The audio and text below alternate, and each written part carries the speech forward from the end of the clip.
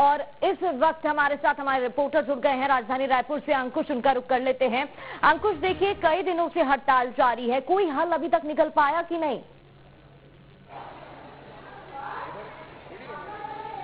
देखिए, हड़ताल का 6वां दिन है और 6वें दिन भी प्रदेश की जो स्वास्थ्य व्यवस्थाएं हैं वो कहीं ना कहीं प्रभावित होती हुई दिखाई दे रही हैं। प्रदेश की राजधानी रायपुर के नया रायपुर में धरना स्थल जो है तूता, उसमें सभी जितने भी स्वास्थ्य कर्मचारी हैं, नर्सेज हैं, जूनियर डॉक्टर्स हैं, सभी लोग इकट्ठे हुए हैं और एक साथ अपनी आवाज बुलंद करते हुए नजर आ रहे हैं। कुल मिलाकर अगर कहा जाए तो वेतन विसंगति समेत 5 मांगों को लेकर ये लोग अड़े हुए हैं और अभी तक किसी भी प्रकार की कोई बातचीत नहीं हुई है, ना ही बातचीत हुई है और ना ही बातचीत होने के बाद किसी भी प्रकार का कोई हल निकल पाया है। मैं तस्वीरें दिखाने की कोशिश करूंगा कि राजधानी रायपुर में स्वास्थ्य कर्मचारी जो है वो किस तरीके से यहाँ पर सकते हैं। यहाँ पर देख सकते हैं कि ये अनिश्चितकालीन हड़ताल चल रही है और छत्तीसगढ़ स्वास्थ्य फेडरेशन के बैनर तले ये करीब 12 संगठनों ने एक साथ हड़ताल शुरू की है, जिनमें इन सर्विस डॉक्टर एसोसिएशन भी है, परिचारिका कर्मचारी संगठन भी इसमें शामिल है, डेंटल सर्जन एसोसिएशन है। मतलब कुल मिलाकर अगर कहा जाए तो स्वास्थ्य विभाग से जुड़े हुए जितने भी लोग हैं वो यहाँ पर हड़ताल पर हैं और हड़ताल की ये तस्वीरें जो है राजधानी रायपुर से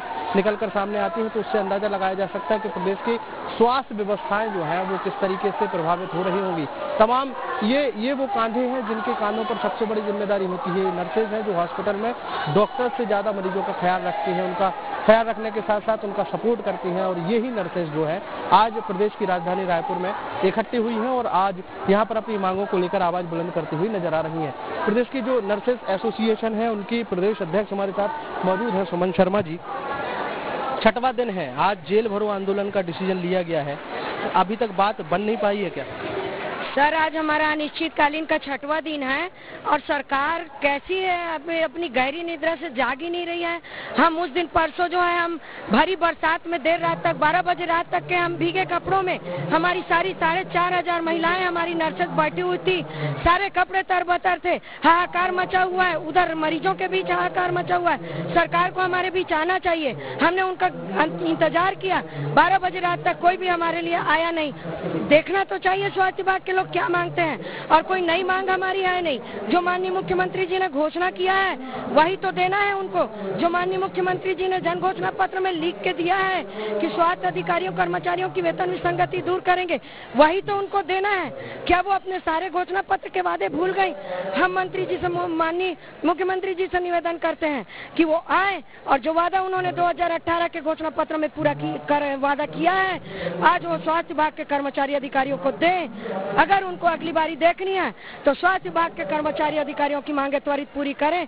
हम सभी कसम खाकर बैठे हैं, जब तक हमारे 12 संगठनों की स्वास्थ्य फेडरेशन की मांगे पूरी नहीं होंगी हम तूता के धरना स्थल से नहीं हटेंगे। 12 संगठनों की मांगे जब तक पूरी नहीं होती तब तक आप लोगों ने निर्णय लिया है कि हटेंगे नहीं।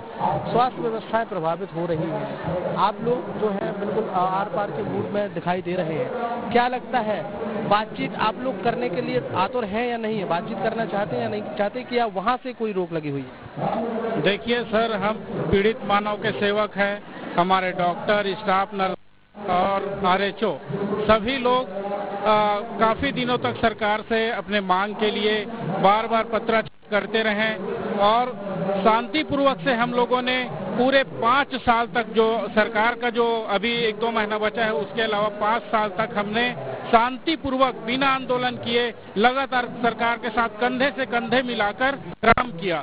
लेकिन जिन लोगों ने हड़ताल किया, जिन लोगों ने आंदोलन किया, सरकार ने उनके मांगों को पूरा किया। लेकिन डॉक्टर है, स्टाफ नर्सेस है, स्वास्थ्य संयोजक है, इनके काम को अनुपूरक बजट तक अनदेखी कर दिया, जिसके कारण से आज हम विवश होकर आंदोलन के लिए बाध्य हुए हैं। हम नहीं चाहते कि प्रदेश में किसी पीड़ित मानव की जिंदगी के साथ खिलवाड़ हो, उनके साथ किसी प्रकार की कोई दुर्घटना घटे। हम तो ये चाहते हैं कि सरकार हमसे वार्ता करे। हमारी कोई बड़ी मांग नहीं है, हमारी मांग जायज है और बहुत ही छोटा सा मांग है, उसको सरकार वार्ता करे, हमारे समाधान करे। सरकार वार्ता करे। आज क्या लगता है जेल भरो आंदोलन से हल निकल पाए? जेल से हम डरते नहीं है, एस्मा से हम डरते नहीं है, हमारी मांगे जायज है, हम लेके रहेंगे। जेल भरो या फिर हमारी कितनी भी प्रताड़ना देते, हम अपनी मांगों से कभी नहीं हटेंगे। हम सरकार को बताना चाहते हैं कि हमारी जो मांग है, हम ये कोई भीख नहीं मांग रहे हैं, अन्य राज्यों में दिया जा रहा है, छत्तीसगढ़ कहीं से पिछड़ा नहीं है। आज हमारे भारत में छत्तीसगढ़ का बहुत अच्छी स्थिति है, तो फिर कर्मचारी कर्मचारियों के लिए ही, वेतन के लिए आप क्यों इतना कमजोरी दिखा रहे हैं? क्या उड़ीसा से भी हम कमजोर हो गए हैं? जब वहाँ दिया जा रहा है, हम तो सिर्फ अन्य राज्यों की तुलना में ही मांग रहे हैं, अधिक तो कुछ नहीं मांग रहे हैं। बिल्कुल, एक छोटा सा सवाल ये है कि बिल्कुल अंकुश, बातचीत तो आप कर ही रहे हैं, लेकिन एक बार तस्वीर भी हम देखना चाहेंगे, क्योंकि देखिए आक्रोश जो है वो साफ तौर पर नजर आ रहा है। जी, जब कोरोना का समय था तब हमने जी जान लगाकर प्रदेश के सारे लोगों की सेवा की, है ना। जब सारे अधिकारी कर्मचारी घर में थे, बैठे बैठे तनख्वाह ले रहे थे, तब हम लोगों की सेवा कर रहे थे। कोविड का वैक्सीन भी पहले हम लोगों ने ही लगवाया। कोविड टीकाकरण अभियान के लिए हम ही लोग सबसे पहले आए। यहाँ तक कि कोविड के जब पहले मरीज आए तो उसको हमने ही छुआ था, ना कि सरकार ने।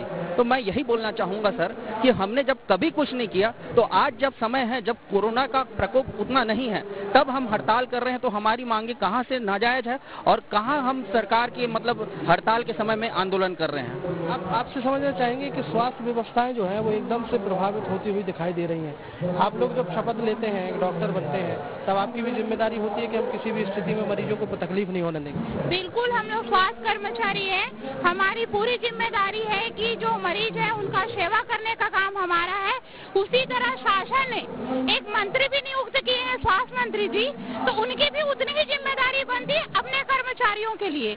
हमने 2019 में उनको नर्सेस डे में बुलाया था और उस समय भी उन्होंने बात रखी थी कि हमारे तरफ से वो बात मुख्यमंत्री जी तक पहुंचाएंगे, लेकिन 2019 से लेके मतलब ये कितना समय अब बीत गया। तो हम इसका जिम्मेदार अपने विभागीय मंत्री को मानते हैं। यदि विभागीय मंत्री चाहे तो हमारी बात जो है मुख्यमंत्री जी से करें। तो निश्चित तौर पर एक बड़ी बात निकल कर आती है कि अगर बिल्कुल निश्चित ही बातचीत जारी रखिएगा अंकुश। बिल्कुल यहाँ पर साफ तौर पर आक्रोश नजर आ रहा है और दिखाने की कोशिश करूंगा कि यहाँ पर देख सकते हैं कि किस तरीके से यहाँ पर